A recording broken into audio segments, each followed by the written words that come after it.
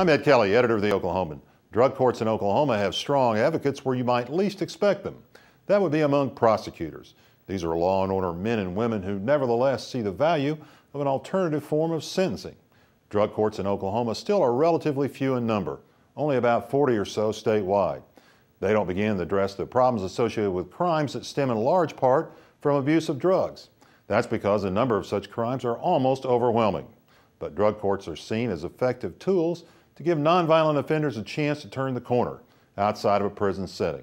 And such courts are much cheaper than prison cells. Oklahoma Watch is a journalism consortium of which The Oklahoman is a member. One of its recent stories, reported by Ron Jackson, quoted John Wampler, the prosecutor in Altus in southwestern Oklahoma.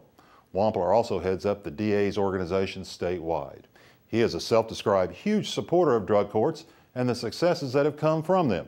Another supporter is Gene Christian, who heads up the state's Office of Juvenile Affairs. He's the former district attorney in Duncan.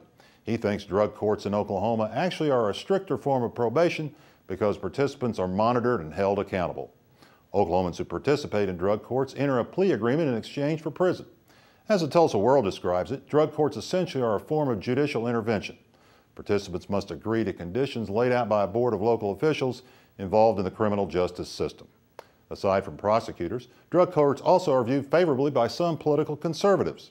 Representative John Sullivan, the Republican congressman from Tulsa, recently brought a drug court graduate and a Tulsa judge to Washington for an event promoting the effectiveness of local drug courts.